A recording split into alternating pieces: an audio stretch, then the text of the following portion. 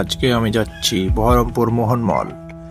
ভারতের র এজেন্ট আমাদের একটি মিশন দিয়েছে, যেটি 8:10-এ রিভিল হতে চলেছে, এবং আমি জানি না যে সেখানে কি আছে। আরও একটি খবর যে সেখানে 2টি আরও র এজেন্ট আছে যারা আমার সাথে এই মিশনে যোগদান করবে। তাই লালগোলা থেকে ট্রেন ধরে বহরমপুরের উদ্দেশ্যে রওনা দিলাম। আর আমি ট্রেন থেকে নেমেই মোহনমলে ঢুকেই তাদেরকে খুঁজতে লাগলাম।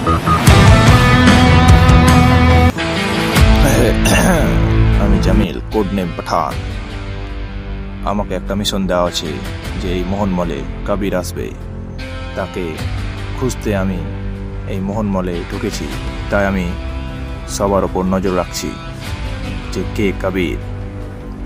তাই আমি প্রথমেই সিনেমা হলে ভিতরে ঢুকে একটু যাচাই বাছাই করি কন হে ইয়ে, কারণ পাঠানের সোয়াগি আলাদা। ঝুমে जो पठान मेरी जान महफिल ही लुट जाए।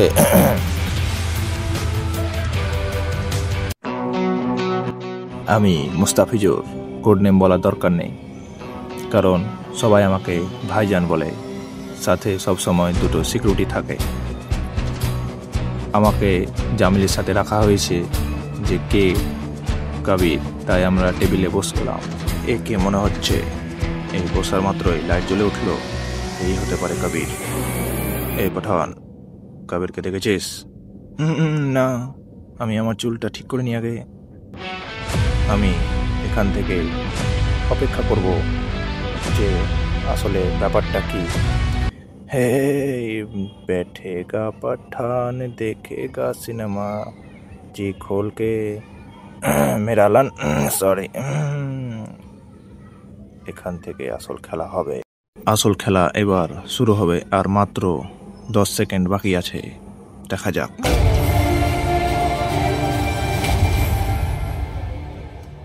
আমরা ওয়ার 2 দেখতে এসেছি বহরমপুর মোহনমলে। আমরা 3 জন এসেছি, দেখতে পাচ্ছেন। আমাদের সাথে আমাদের জামিল দা আছে। আমরা সেই শুধু 40 কিলোমিটার দূর থেকে আমরা দেখতে এসেছি ওয়ার 2। মানে আপনারা বুঝতে পারছেন আমাদের ক্রেজটা কিরকম। তো লালগোলা থেকে বহরমপুর প্রায় ওয়ার 2 হচ্ছে ভিডিও ডিলিট। তো এই মুহূর্তে আমাদের সাথে মুস্তাফিজুর দা সুদূর ধুলিয়ান থেকে আসছে। ইনি 13 তারিখ চলে এসেছেন, আর আমরা 14 তারিখ খুব সকাল সকাল। আমাদের আশেপাশে কোনো শো চলে না, 8:10-এর শো। চুপ।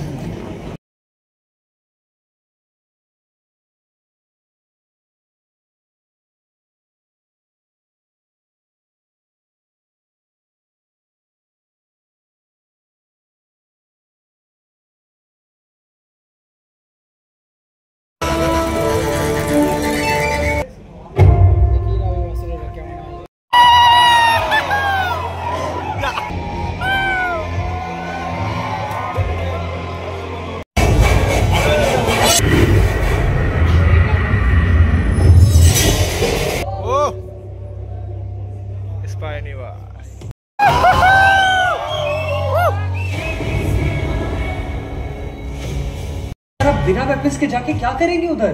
प्यार से समझाऊंगा।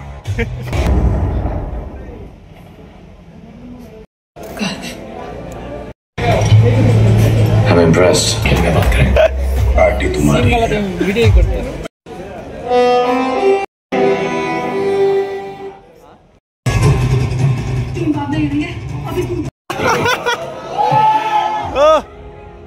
तैयार रहेगा। সিনটা করা হলো না, তারা সিন কেন দেখে যাবো।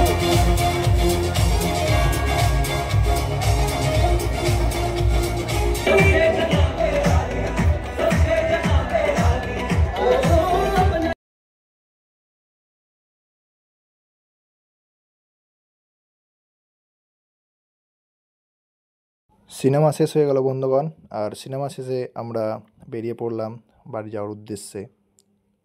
ততক্ষণ আমরা 12:14-তে আমাদের ট্রেন আসে বহরমপুর থেকে লালগোলা যাওয়ার। আর তার মধ্যেই মুস্তাফিজুর খেলতে লাগলো গেম 100 টাকায় 10 মিনিট। আমরা বাড়ি যাওয়ার প্ল্যান করছি। তাই ভিডিওটি শেষ পর্যন্ত দেখতে থাকুন। আমরা এখন চললাম বাড়ি যাওয়ার উদ্দেশ্যে। একটু থেমে যাবেন কারণ লাস্টে রিভিউ আছে। ওয়ার 2 দেখে চলে এলাম, যেটা মোহনমালা রিলিজ হয়েছিল, তাই আমরা গিয়েছিলাম। তো আপনারা পুরো ভিডিওটা দেখলেন, কেমন লাগলো অবশ্যই জানাবেন। তো ওয়ার 2 সিনেমা যে এক লাইনে রিভিউ করতে বলতে আপনার পয়সা বসুল সিনেমা।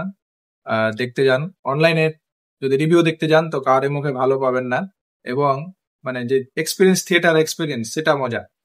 তো অবশ্যই মজা সিনেমাটির কাহিনী এবং কি কি হয়েছে সিনেমাটি বলবো, মানে এক্সপেকটেশন নিয়ে যাওয়ার দরকার নেই, কিন্তু আপনি যখন যাবেন তো আপনার মানে পুরো সিনেমাটি মজাদার আছে। সিনেমাটি থিয়েটারে যে মজা দেখার, সেই মজাটা পাবেন। তো সিনেমাটি সবাই যেভাবে নেগেটিভ রিভিউ করছিল যে না সিনেমাটা কুলির কাছে হেরে যাবে, ইয়ে হয়ে যাবে, তো কুলি শেষখানে অত ভালো করতে পারেনি। সেখানে ওয়ার 2 এর কাহিনীটা খুব সুন্দর, কারণ কাহিনীর মধ্যে আপনার যে সব সবাই যে একটা নেগেটিভ রিভিউ দিচ্ছিল যে ওআরএফ এর স্পাই ইউনিভার্সের যে সমস্ত সিনেমাগুলো হয় সেগুলো প্রায় একই টাইপের, পাকিস্তানকে নিয়েই করে, কিন্তু এই সিনেমার স্টোরিটা পাকিস্তানকে নিয়ে নয়, পুরো স্টোরি চেঞ্জ। আর স্টোরিতে একদম দারুণ আছে, জুনিয়র এনটিআর কেও এখানে দারুণ করে প্রেজেন্টেশন করা হয়েছে, আর ঋতিক রোশনকেও খুব সুন্দরভাবে প্রেজেন্টেশন করা হয়েছে। তো সবাই বড় বড় এক্সপেকটেশন করছে, এবং বাইরে যদি হলিউডের কোনো সিনেমা কপি করে বা হলিউডের সিনেমা যদি দেখায় তো সেগুলো ওনাকে ভালো লাগে, কিন্তু এখানে যদি একটা আমাদের বলিউড স্টাইলে করতে যায় তো সেটা কাউরে ভালো লাগে না। তো যাই হোক, জুনিয়র এনটিআর আর যার ঋতিক রোশনের যারা ডাই হার্ড ফ্যান তারা অবশ্যই এই সিনেমাটি দেখতে যাবে। আর আপনারা যারা ফ্যান নয় তারাও গিয়ে আপনারা নিরাশ হবেন না, কারণ সিনেমাতে কাহিনীটা খুব সুন্দর। জুনিয়র এনটিআর এবং ঋতিক রোশন দুই বন্ধু, তারা একে অপরের দুশ্মন হবে, আবার মানে বন্ধু হবে, আবার হবে ভিলেন হবে। তো কাহিনীটাকে খুব সুন্দর করে লেখা হয়েছে। কাবির যে আছে, কাবির কিন্তু ওকে অনেক পরীক্ষা দিয়ে যেতে হবে, এর কিন্তু কাহিনী সম্পূর্ণ আলাদা। তো অবশ্যই আপনারা যদি একবার থিয়েটার এক্সপিরিয়েন্স করতে যান তো অবশ্যই যান। বিজিএম খুব দারুণ রয়েছে, রবি বাসুর ব্যাকগ্রাউন্ড কম্পোজার, আর গানগুলো দুটো গান সুন্দর। আর সবাই যে বলছে যে না ব্যাকগ্রাউন্ড খুব সুন্দর হয়েছে, ভালো হয়েছে, আপনি অবশ্যই যান, দেখলে বুঝতে পারবেন যে না ব্যাকগ্রাউন্ড খুব সুন্দর হয়েছে। ব্যাকগ্রাউন্ডের গানগুলো মানে একদম দারুণ করেছে। হ্যাঁ, কিছু কিছু ইলজিক্যাল সিন আছে, কিন্তু যেহেতু সিনেমা দেখতে যাচ্ছি, সিনেমা দেখার কি একটা মজা। হ্যাঁ, ঋতিক রোশন বা হিরোরা তো পারবেন, বাস্তব জীবনে তো এটা সম্ভব নয়, কিন্তু সিনেমার মধ্যে এটা সম্ভব। হ্যাঁ, বাজেট একটু বেশি হয়েছে, কিন্তু প্রথমে যেরকম ভাবে নেগেটিভ ছিল সেখানে ভিএফএক্স মানে দেখা হয়েছে, কিন্তু অতটা খারাপ নয়, একদম অতটা হাই লেভেলের ভিএফএক্স নাই, কিন্তু যতটুকু আপনি দেখবেন ভালোই আছে ভিএফএক্স এর ক্ষেত্রে, সুন্দর। যতটুকু সিন গুলো দেখানো হয়েছে, সিন গুলো একদম অনেক বড় বড় সিন, আর বাইরে দেশে শুটিং করা হয়েছে, অনেকটাই ভিতরে শুটিং করা হয়েছে। হ্যাঁ, কিছু কিছু জায়গায় ভিএফএক্স খুব খারাপ হয়েছে, সেটা মানা যায়, কিন্তু সিনেমার যে পয়সা এই হবে সেটা না, আপনি অবশ্যই দেখতে পারেন। আর সিনেমার এই আর কেয়ার আর্ট মানে মানে ফার্স্ট হাফটা মানে আপনাকে যে বোর করবে না সিনেমাটা, সিনেমা যখন চলতে থাকবে। হ্যাঁ, লাস্টে যখন সেকেন্ড হাফ শুরু হয় তখন তাদের বাচ্চাদের মানে কাহিনী দেখা যায়, কাবির আর ঋতিক রোশনের ব্যাকগ্রাউন্ড বা স্টোরি দেখা হয় যে ছোটতে তারা কিভাবে র এজেন্টে হয়েছে। সেখানে একটু ফোর্সফুলি লেগেছে আমাকে যে না ওটা না হলেও চলতো, কিন্তু ওগুলো একটু কারণ আছে, কারণ ওরা কিভাবে মানে ভিলেন হলো জুনিয়র ইন্ডিয়া সেটা দেখার বিষয় আছে। তো এখানে টাইগার আর টাইগার আর পাঠানের ক্যামিও এক্সপেক্ট করবেন না, কারণ এখানে নাই, টাইগার পাঠানের ক্যামিও নেই, কিন্তু তাদের নাম নেওয়া হয়েছে। আর এখানে আরেকজনের আছে ভালো, আশুতোষ রানা জায়গা নেবে, সেই জায়গাটা ও নেবে, ও একজন আছে। আর লাস্টে আলফা সিনেমা যেটা আসবে, ববি দলের একটু এন্ট্রি দেওয়া হয়েছে, এটুকুই। তো বেশি কিছু না বলে অবশ্যই সিনেমা এনজয় করুন, ভালো হয়েছে, পয়সা উসুল।